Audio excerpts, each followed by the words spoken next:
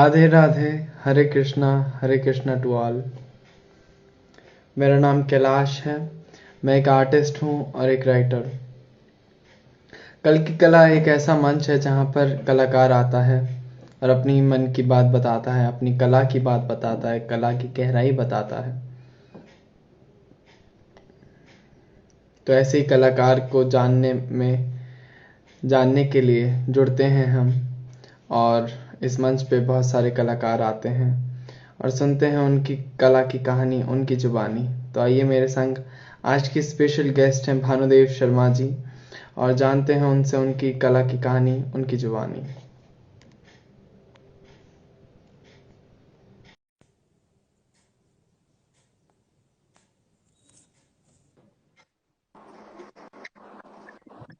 नमस्ते भानुदेव जी। आपकी आवाज नहीं आवाज आ आ रही। रही।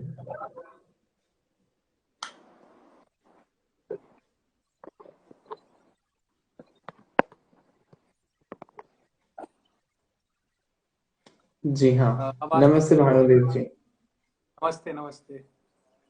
कैसे हैं आप? मैं बताइए। मैं भी बहुत अच्छा हूँ। बहुत अच्छा लग रहा है आज आप हमारे शो पे आए और अपने अ, कीमती समय निकाल कर। मुझे बहुत खुशी हुई आपने मुझे आमंत्रित करा। मैं बहुत टाइम से सोच रहा था, आपने एक बार पहले भी डिस्कस करा था इसके बारे में। तो कुछ एग्जीबिशंस की वजह से समय नहीं मिल पा रहा था। तो अब थोड़ा समय आया और मुझे बहुत खुशी हुई आपके साथ इस शो पे आके। जी। आप रहने वाले कहाँ से हैं? मैं उत्तर प्रदेश के मेरठ क्षेत्र से हूँ और अभी फिलहाल देहरादून में रह रहा हूँ मास्टर्स करने के लिए। Masters in fine arts. Okay, masters in fine arts. तो ये सिलसिला कब शुरू हुआ कला जगत में? आपने कब सोचा कि मेरे को आर्टिस्ट बनना है, और कब ऐसा आया मन में आपके? ऐसा बचपन से ही ड्राइंग का बहुत शौक था। स्कूल में हम्म। भी जब एग्जाम होता था तो सबसे लेट ड्राइंग शीट मेरी ही दी जाती थी। तो टीचर्स बार बार टोकते रहते थे कि लास्ट तक क्या करता रहता है, क्या करता रहता है, पर मुझे अच्छा लगता था करना। पर ऐसा हम्म। कभी सोचा नहीं कि आर्टिस्ट बनना है या आर्ट फील्ड में जाना है। स्टार्टिंग हम्म। से साइंस की तरफ या आर्मी की तरफ। आर्मी में जाने की तो तैयारी भी चल अच्छा। रही थी। फिर धीरे धीरे धीरे धीरे करते हुए रुझान जो है कला की तरफ ज्यादा बढ़ता चला गया। और हम्म। हुआ ये कि क्लास 10th से Guinness book of world record के लिए अप्लाई करना स्टार्ट करा। तो क्लास 10th में तो कुछ इतनी नॉलेज थी नहीं किसी की चीज के बारे में, तो इतना अच्छे से हो नहीं पा रहा था कुछ भी। फिर 11th क्लास में जाके एक टीम बनाई, पूरा ग्रुप बनाया स्कूल से, कुछ अपने फ्रेंड्स निकाले, कुछ जो बच्चे कर सकते थे उनको निकाला। तब जाके मैंने 72 आवर्स नॉन स्टॉप पेंटिंग का एक रिकॉर्ड बनाया जो इंडिया बुक ऑफ रिकॉर्ड में रजिस्टर हुआ। वो 72 घंटे लगातार हमने स्वच्छ भारत अभियान के ऊपर पेंटिंग करी थी, जिसमें 350 से ज्यादा पेंटिंग हमने बनाई थी। और वो अब तक भारत का सबसे बड़ा रिकॉर्ड अटेम्प्ट था, जो कि फ्रांस के रिकॉर्ड को ब्रेक करने के लिए बनाया गया था। और उसके बाद से एकदम से ही मेरा सारा ध्यान सिर्फ और सिर्फ पेंटिंग की तरफ चला गया। मैं साइंस का स्टूडेंट और आर्ट्स पढ़ने के लिए मैंने साइंस को भी छोड़ दिया और अपनी स्ट्रीम चेंज करी क्लास 12th में। बहुत सुंदर, और ऐसे ही बहुत करते खुशी हो करते रही है आप ये सुनकर कि आपने साइंस छोड़ा कला के लिए। बहुत ही उम्दा और बहुत ही जी, बढ़िया। मेरा पहले बहुत मन था कि मैं आर्मी में जाऊंगा तो उसके लिए साइंस जरूरी थी। फिर एकदम से ही मतलब दिमाग चेंज हुआ कि नहीं, अब सिर्फ और सिर्फ आर्ट करनी है। तो उसके लिए मैंने जी। साइंस छोड़ और फिर नई स्ट्रीम में मैं गया। और सबने मुझे बोला भी था कि तू करियर के साथ अपने बहुत खेल रहा है, डिसीजन इस एकदम बोर्ड में आके डिसीजन गलत ले रहा है। मैं कहा कोई बात नहीं, मुझे सिर्फ और सिर्फ पेंटिंग करनी है और उसके लिए साइंस के साथ मैं पेंटिंग नहीं कर सकता, क्योंकि पूरा समय चाहिए कला को। ऐसा नहीं है कि आप राइट। फिजिक्स भी पढ़, केमिस्ट्री भी पढ़, साथ में ब्रश भी चलाते रहेंगे, ऐसा नहीं हो सकता। फिर मैं पढ़ा 12th तक, मैंने थोड़ा सा ध्यान दिया कि मैं किस तरीके से आगे जा सकता हूँ कला के क्षेत्र में। फिर 12th के बाद मैंने सीधा बीएफ मेरठ सुभारती से मैंने बैचलर ऑफ फाइन आर्ट्स करा। उसमें मैंने एडमिशन लिया। स्टार्टिंग के फर्स्ट ईयर जो होता है बैचलर ऑफ फाइन आर्ट्स में, फाउंडेशन ईयर होता है, तो उसमें ज़्यादा कुछ ऐसा पता नहीं चलता कि कला क्या है। सब बहुत अच्छा लग रहा होता है। आप स्कल्पचर भी करते हैं, आप फैशन का भी थोड़ा सा काम करते हैं, अप्लाइड आर्ट्स का भी थोड़ा काम करते हैं। पर मेरे स्टार्टिंग से ही इंटरेस्ट पेंटिंग के अंदर था, और मतलब काफी हम्म। मैं एक्सपेरिमेंट करता था नई नई चीजों के अंदर। तो सेकंड ईयर में जैसे ही मैं आया, उसके थोड़े टाइम बाद ही लॉकडाउन लग गया। तो सेकंड ईयर और थर्ड ईयर तक पूरा लॉकडाउन रहा। पर मुझे ये कह सकते हैं कि एक अपॉर्चुनिटी मिली, या मैं लकी रहा कि मेरे टीचर थे, टीचर अब भी हैं, कला गुरु ओम प्रकाश मिश्रा सर। उन्होंने मुझे स्पेशल टाइम दिया। जब कॉलेज में कोई भी नहीं आता था लॉकडाउन के टाइम पे, तो उन्होंने मुझे अलग से बुला के अलग से नए तरीके के एक्सपेरिमेंट कराए। ऑयल में, एक्रेलिक में, वाटर कलर में, मतलब चारकोल में, जो भी मीडियम हो सकता है, सब तरीके उन्होंने मुझे एक्सपेरिमेंट कराए, जिससे मतलब जो लॉकडाउन का समय था वो मेरे लिए गोल्डन पीरियड की तरह निकल के आया। जहाँ बहुत सारे लोगों ने अपॉर्चुनिटी खो दी थी कोरोना टाइम में, कि ऑनलाइन पढ़ाई कर रहे हैं, उनको समझ, क्योंकि कला एक ऐसी चीज है कि आप उसको ऑनलाइन नहीं सीख सकते। आप कितनी ही वीडियोस देख लीजिए, या कितने ही वर्कशॉप आप लाइव अटेंड कर लीजिए, पर वो जो चीज एक कला के सामने से देख के आती है, या किसी को डेमोन्स्ट्रेशन देते हुए देख के आती है, वो ऑनलाइन में आना संभव ही नहीं है। ये भी एक हम्म। फिजिकल स्पोर्ट्स की तरह है। ये जैसे स्पोर्ट्स आपको खेलने से आएगा, कला भी प्रैक्टिस करने से। तो फिर मैं सर के पास जाता था। कई बार ऐसा हुआ कि सर का मन नहीं करता था आने का, पर मेरे लिए वो स्पेशली आते थे कॉलेज में मुझे सिखाने के लिए। मेरा टाइम, अपना काम उन्होंने रोक के मुझे अलग से, मतलब नई नई चीजों का, क्या कह सकते, एक कहते हैं ज्ञान, ज्ञान बटोरना जिसे कहते हैं। तो मैंने उस कोरोना पीरियड में सर से इतना ज्ञान बटोरा, इतना ज्ञान बटोरा, कि शायद ही उस लॉकडाउन में किसी ने इतना फायदा उठाया होगा। तो मुझे बहुत फायदा हुआ उसका। फिर मैं फोर्थ ईयर में आया, तब फिर बीच में सर जा चुके थे वहां से, देहरादून आ गए थे। पर वहां से भी सर ने मुझे लगातार अपने संपर्क में रखा, नई नई कला के गतिविधियों से मुझे अवगत कराते रहे, और नए नए जो मीडियम थे वो मुझे बताते रहे। तो काफी मतलब मेरा ऐसा रहा था कि हाँ, ऊपर नीचे हो रहा है, पर जैसे जैसे मैं बढ़ रहा था आगे उसमें, तो नई नई चीजें मुझे सीखने को मिल रही थी। कई बार ऐसा हम्म। भी होता है कि तो आप क्षेत्र में होते हैं, तो एक किल्सन होने लगती है, थोड़ा सा फ्रस्ट्रेशन आने लगती है कि क्यों कर रहे हैं हम, कुछ हो नहीं रहा इससे। क्योंकि जो भी कोई एकदम से आर्ट फील्ड के अंदर आता है, वो सपना लेके आता है कि हम भी बड़े आर्टिस्ट बनेंगे, राजा रवि वर्मा की तरह पेंटिंग करेंगे, या एम एफ हुसैन की तरह हम बहुत बड़े लेवल पे जाएंगे, या सुबोध गुप्ता की तरह बहुत बड़े कलाकार बनेंगे। पर ऐसा एकदम से होता नहीं है। कला कला को चाहिए समर्पण। जैसे श्री कृष्ण ने कहा था गीता में अर्जुन से कि तू समर्पण करके मुझ में ध्यान लगा, वैसे ही कला की भी मांग है कि सब चीजों को छोड़ के सिर्फ और सिर्फ मुझ में ध्यान लगाओ। कला भी आपसे समर्पण मांगती है, और वो समर्पण करने में बहुत से लोग चूक जाते हैं। उसी फ्रस्ट्रेशन के चलते बहुत से लोग कला के फील्ड को छोड़ के चले जाते हैं कि इसमें कुछ नहीं हो रहा है, या फिर ये वो मार्केट का काम करने लगते हैं। जो मैंने अब तक के अपने अनुभव से पाया, वो ये पाया कि सजावटी कला कला नहीं है। आज के समय में बहुत देखने को मिलता है। अभी ज्यादा एक्सपीरियंस मेरा नहीं है, पर जितना भी एक्सपीरियंस मेरा कला के फील्ड में है, मैंने देखा है कि आजकल सजावटी कला बहुत ज्यादा हो रही है। और उसका कारण यही है कि सब आते बड़े बड़े सपने लेकर हैं, और फिर जब उनको कला जगत की गहराई का, रसगत का कितनी मुश्किल है उसको पता चलता है, तो वो पीछे हटने लगते हैं और सजावटी कला की तरफ भागने लगते हैं।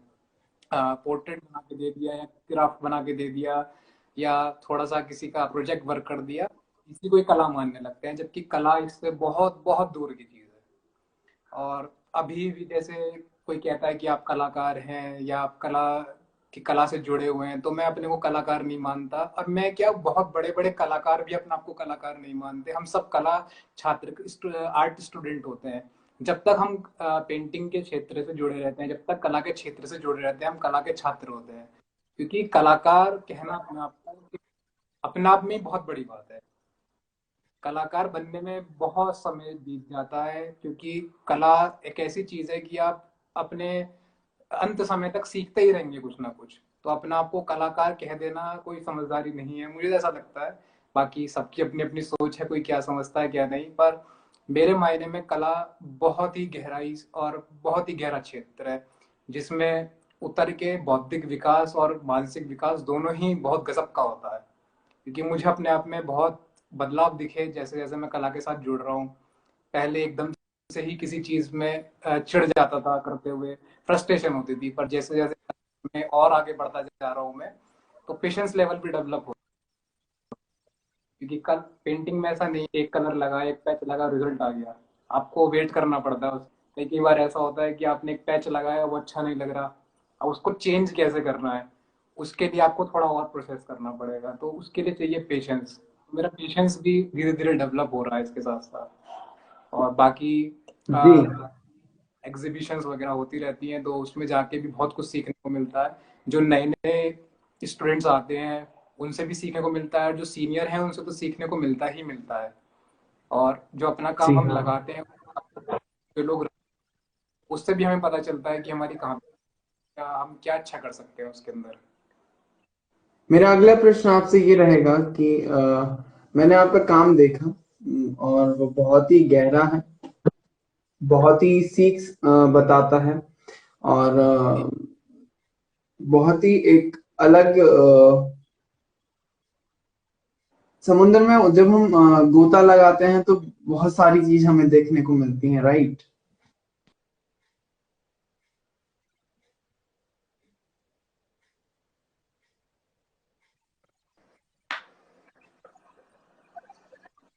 Hello hello. सर, आपकी स्क्रीन थोड़ी सी शायद से रुक गई है। देख रहा हूँ, एक मिनट।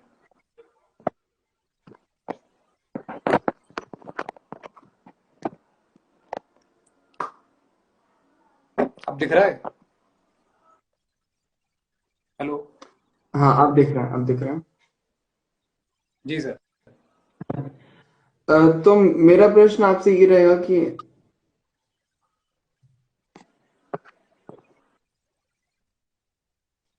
मेरा प्रश्न आपसे ये रहेगा कि आपने जैसे सब बहुत अलग अलग तरीके की ड्राइंग करते हैं। जैसे अगर मार्केट में बुद्धा जी जो हैं वो बहुत चलते हैं, तो वो उन्हीं की ही पेंटिंग करते हैं, है ना?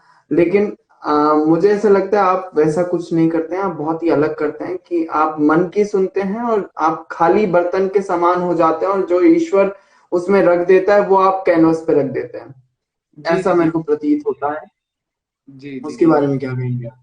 मैं कोशिश यही करता हूँ कि जो, क्योंकि वास्तव में कला वो ही है जो आपके अंदर से, अंदर से निकल के आ रही है। अंदर मन की जो भावना है उसको अभिव्यक्त करना ही कला है। जैसे कला की कोई परिभाषा नहीं है, कला की परिभाषा बन भी नहीं सकती, मुझे ऐसा लगता है। सबके अपना अपना मानना है कला को लेके। पर फिर भी अगर हम की जो आपकी अंदर की आवाज है, जो अंदर की भावना है, उसको अभिव्यक्त करना ही कला है। और मैं भी वही करता हूँ। क्योंकि अभी जो समय चल रहा है, सबको क्या चाहिए कि पाश्चात्य जो शैली है या पाश्चात्य कला है उसकी तरफ भागते हैं। उनको ऐसा लगता है कि पता नहीं वेस्ट में कितना अच्छा क्या हो रहा है, बहुत अच्छा है। जबकि ऐसा नहीं है। हमारी खुद की संस्कृति और कला इतनी महान रही है और इतनी गहरी रही है, उसको हम जानने की अगर कोशिश करें तो शायद एक जन्म भी पूरा ना पड़े। तो उसके ऊपर मैं काम करने की कोशिश करता हूँ। जितना ज्यादा मैं अध्ययन करता हूँ, जितना ज्यादा मैं पढ़ता हूँ, वेद शास्त्र उपनिषद जितना मैं पढ़ता हूँ, उनसे मुझे उतना ही अलग अलग नए, मतलब आइडियाज निकलते हैं। किसी भी चीज को देख के, प्रकृति को देखते हैं तो प्रकृति को समझ में आता है कि क्या प्रकृति है, क्या मनुष्य है, क्या चल रहा है। तो उन्हीं से ही जो मेरे अंदर भाव उत्पन्न होते हैं, मैं उनको कला के द्वारा अभिव्यक्त करता हूँ। क्योंकि सजावटी कला में मेरा शुरू से ही कोई इंटरेस्ट नहीं रहा। क्योंकि मुझे ध्यान है, जब मैं छोटा था एक बार, तो मैं 6 क्लास में था और हिस्ट्री की बुक में से मैं शायद जहांगीर की पेंटिंग बना रहा था देख के। और 6 क्लास में था मैं। तो मेरे पिताजी वहीं बैठे हुए थे पास पे। उनको कभी भी पेंटिंग में इंटरेस्ट नहीं रहा। वो टीचर थे, काफी स्ट्रिक्ट हैं। तो उनका पेंटिंग में कभी इंटरेस्ट नहीं था। पर मैं पेंटिंग कर रहा था और वो शाहजहां की पोर्ट्रेट बिगड़ गया था थोड़ा सा, क्योंकि मैं छोटा था उस टाइम पे, ज्यादा अच्छी आती नहीं थी। तो मैं, मेरी आदत थी कि मैं फाड़ के फेंक देता था पेपर को। जैसे ही खराब हुआ तो एकदम किलस के फाड़ के फेंक दिया, दूसरे उस पर करना है। तो मैं फाड़ के फेंकने ही वाला था, तो मेरे पिताजी ने मुझे बहुत डांटा और सीधा मुझसे बोला कि ये फाड़ के फेंक देना और देख के बनाना है तो कोई भी कर सकता है, अगर बिगड़ी हुई चीज को तुम सही कर दो या उसको नए रूप की तरह प्रेजेंट कर दो तो वो कला है। अगर कलाकार बनना है तो ये कर, नहीं तो सब छोड़ दे, सब ड्रामा है।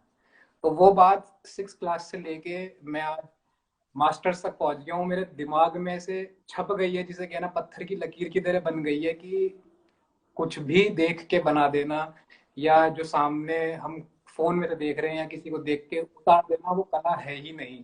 या किसी भी चीज को खराब करके उससे किलस के फेंक देना, वो कला नहीं है। अपने जो भाव उत्पन्न या कोई चीज बनाते बनाते बिगड़ गई है और उसे हम ठीक कर रहे हैं, वही असली कला है। तो पिताजी का मेरा जी ये पहला और आखिरी मुझे ये सजेशन रहा है पेंटिंग के लिए। उसके बाद उन्होंने मुझे कभी कोई सजेशन नहीं दिया पेंटिंग के लिए। उनका हमेशा ये था कि ठीक है, जो तू जो कर रहा है, तू तू जानता है तू क्या कर रहा है। पर पहला और आखिरी सजेशन उनका यही था कि देख के बनाना और बिगड़े हुए से किलस जाना, ये ऐसे कलाकार नहीं बन सकते। तो 6 क्लास से लेके आज मास्टर्स तक मैं आ गया हूँ, ये बात मेरे बिल्कुल ऐसे पत्थर की लकीर की तरह सिर में आ गई है। और दूसरी बात मेरे कला गुरु ओम प्रकाश मिश्रा सर ने मुझे बताई थी कि कला के अंदर निरंतरता और समर्पण, बस ये 2 सूत्र हैं जो आपको कला के क्षेत्र में और कला जगत में आगे बढ़ेंगे। यदि आप इनसे पीछे हट जाते हैं तो कला भी आपका साथ नहीं देगी। जैसे श्री कृष्ण जी ने कहा था ना, मेरा जो मैं कह रहा हूँ वो मान और आगे। वैसे ही कला कहती है, अपना कर्म करो और मेरा साथ ना छोड़ो, तभी कुछ आगे हो सकता है आपका। नहीं तो ऐसा नहीं है कि एक पैर इधर और एक पैर इधर, एक मन कर रहा है कि आप इंग्लिश में प्रोफेसर बन जाएं, एक मन कर रहा है कि आप आर्टिस्ट भी बन जाएं, तो ऐसा तो होना संभव नहीं है, जहां तक मेरा अनुभव रहा है। होते हैं कुछ कुछ लोग कि शौकिया तौर पे कलाकारी करते रहते हैं, फिर एग्जीबिशन लगाते हैं और अपने बड़ा बड़ा आर्टिस्ट लिख देते हैं। वो वो कुछ समय तक रहता है, ज्यादा ज्यादा 1 साल 2 साल तक रहता है। पर कलाकार जिसे हम कहते हैं, जिसे हम सुबोध जी हो गए, एम एफ हुसैन हो गए, आपके रजा हो गए, जो बड़े बड़े कला कला के क्षेत्र में बड़े बड़े नाम हैं, जब इनको हम बड़े आदर के साथ, या राम सुतार जी अभी जो पद्मश्री हैं, इतने बड़े नाम कला के क्षेत्र, इनका हम नाम लेते हैं, बड़े आदर के साथ लेते हैं, तो वो उसके लिए समर्पण और एकाग्रता और निरंतरता, ये तीनों सूत्र बहुत जरूरी है। और उसी के लिए मेरा प्रयास है कि मैं निरंतर काम करता रहूं, नई नई चीजें सीखता रहूं, ताकि मेरे कला में भी नई नई चीजें आती रहें और मैं अपने कला के माध्यम से नई नई चीजों को अभिव्यक्त करता रहूं। बहुत अच्छा लगा, आज आपसे बहुत कुछ सीखने को मिला, आपकी जर्नी जानी, और हम ये चाहेंगे आप और भी ऊपर जाएं और इसमें बहुत नाम कमाएं। और मैं बता देना चाहता हूँ, मैं एक राइटर हूँ और मैंने एक किताब लिखी है महिषासुरमर्दिनी। जी जी। तो मैं आपको एक कविता सुनाना चाहूंगा। रौनक कर जग सारा, जुगनों की जगमगाती रोशनी को निहार, जुगनों की जगमगाती रोशनी को निहार, चंद्रमा की तरह चांदनी वर्षा परंपार, रौनक कर संसार सारा, सागर में जैसे चंद्रमा की छाया, मानो भूमि का रंग रूप हो निखर आया, मानो भूमि का रंग रूप हो निखर आया, जग के अंधियारे में रोशन कर धरती का आगोश, जग के अंधियारे में रोशन कर धरती का आगोश, माया के पंछी को कर मदहोश, लकीरों में न खोज कोई दोष, कर्मों के अनुसार फल भोग, कर्मों के अनुसार फल भोग, जैसे चमकते नैनों से या पायल के खनकने से, जैसे चमकते नैनों से या पायल के खनकने से, और सुहागन के सजने संवरने से, और मांग होती है जैसे सिंदूर से, और मांग होती है जैसे सिंदूर से, ऐसे रोशन करता जा हर गलियार, सूर्य ना सही तो जुगनू की तरह कर जीवन पार। रौनक कर बहुत संसार। बहुत ही सुंदर, बहुत ही सुंदर। ये अपने आप में ही एक कला है, भावों को लिख के अभिव्यक्त करना, ये भी अपने आप में एक बहुत बहुत सुंदर कला है। और मैं मनोकामना करता हूँ कि आपकी ये कविता बहुत ऊंचे स्तर तक जाए और आने वाले समय में हम मिलके कुछ एक ऐसा कार्यक्रम करें जहाँ पे कविता का सार और कला का प्रदर्शन दोनों एक साथ साथ एक मंच पे हो।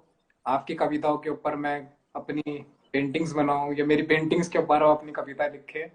मुझे बहुत खुशी होगी आने वाले समय में यदि हम मिलके ऐसा कुछ काम करते हैं और भारतीय जी परंपरा बिल्कुल बिल्कुल। और ऊपर लेके जाते हैं। जी बहुत मुझे बहुत ही अच्छा लगेगा, मैं आपकी रचनाओं को अपने शब्दों में पिरो सकूं और श्री हरि उसमें सहायता करें मेरी।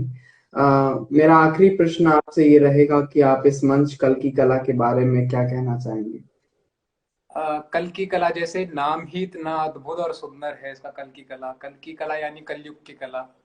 और मतलब ये मंच ऐसा है अभी आने में, जैसे अभी सब लोग व्यस्त हैं, कोई किसी चीज में कोई किसी चीज में, और आपने इसको, ये जो इंस्टाग्राम पे जो एक अकाउंट बनाया है, जो नए नए कलाकार उभर रहे हैं, जो कलाकार के कला के क्षेत्र से जुड़े हैं लोग, पुराने भी हो चुके हैं, आप उनको आगे ला।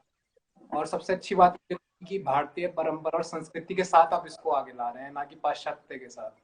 और साथ में जो आपने अपनी कविता का प्रस्तुत की है, मुझे वो सुनना इतना अच्छा लगा कि हाँ, अभी भी लोग हैं जो भारतीय परंपरा और संस्कृति से जुड़े हुए हैं।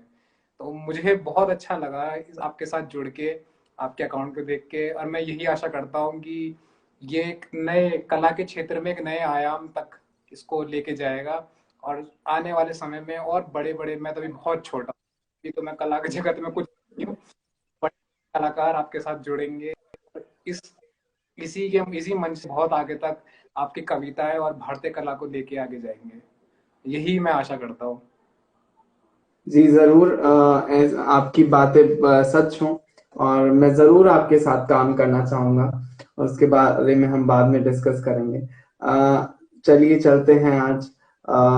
अगले सीजन में मिलेंगे फिर जानेंगे आप कहाँ तक पहुंचे, कहाँ तक आपने कला को जाना। जी नमस्ते सर, भानु जी। नमस्कार।